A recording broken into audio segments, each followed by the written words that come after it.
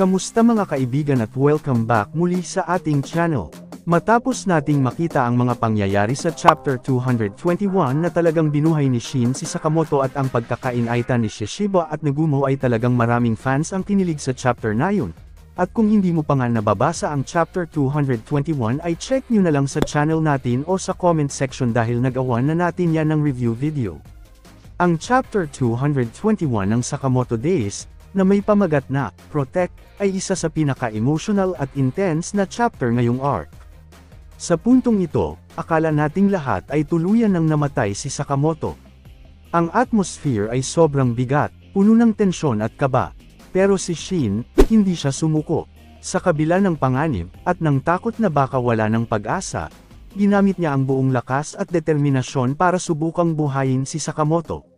Ginamit niya ang kanyang kakayahan para hijack ang utak ni Sakamoto, para madama kung may natitira pang buhay. Dito natin nakita ang full potential ng connection nilang dalawa bilang magkakampi at magkaibigan. Isang emotional na moment kung saan mismong si Shin ang nagbitbit ng buhay ni Sakamoto sa gitna ng kamatayan. At sa isang milagro, nagbalik si Sakamoto. Bumukas ang mata niya, umangat ang dibdib niya, tanda ng paghinga. Nabuhay siyang muli. Ramdam mo talaga yung ginhawa at tuwa hindi lang sa mga karakter kundi pati na rin sa ating mga mambabasa. Isang malaking chapter ito para kay Shin. Dito makikita ang paglago niya bilang character, mula sa pagiging sidekick hanggang sa pagiging tunay na bayani. Hindi na lang siya basta taga-basa ng isip. Isa na siyang leader na may puso at tapang. Sa kabilang banda, habang nangyayari ito, nagkita na rin sina Nagumo at Shishiba. Pareho silang sugatan, pareho ring may sariling layunin, pero mukhang pareho rin silang handang magkaisa para sa mas malaking laban. Si Osurogi, na dati ay unconscious, ay nagpapakita na ng senyales ng paggising. Mukhang unti-unti nang nabubuo ang alliance ng mga bigatin, isang pahiwatig na may mas malalaking laban pa sa hinaharap.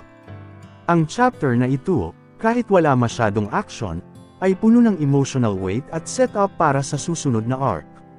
Ngayon, punta naman tayo sa mga possible theories at predictions para sa susunod na chapter at mga susunod pang mangyayari. Una, posible na hindi pa agad makakabalik sa aksyon si Sakamoto. Malamang ay kailangan muna niyang mag-recover, at habang nagpapalakas siya, sina Shin, Nagumo, at Shishiba ang posibleng manguna sa laban. Baka dito natin mas makilala ang full potential ni Shin, lalo na't kakaibang connection ang nabuo nila ni Sakamoto.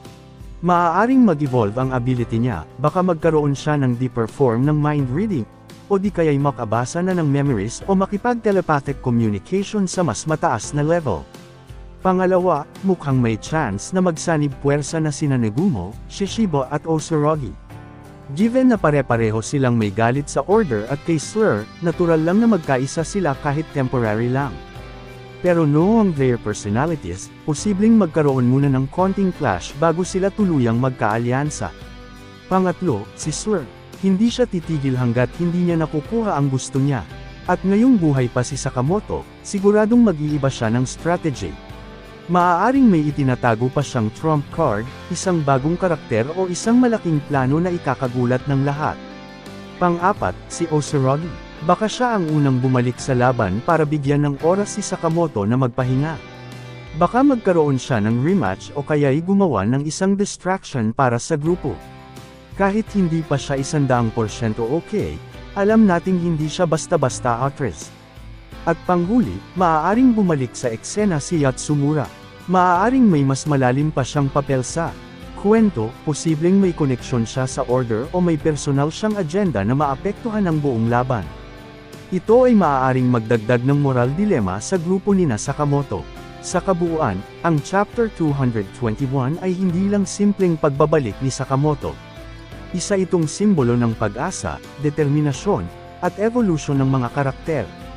Habang papalapit tayo sa huling bahagi ng kwento, mas lalo pang umiinit ang tensyon at mas lumalalim ang bawat galaw ng mga karakter.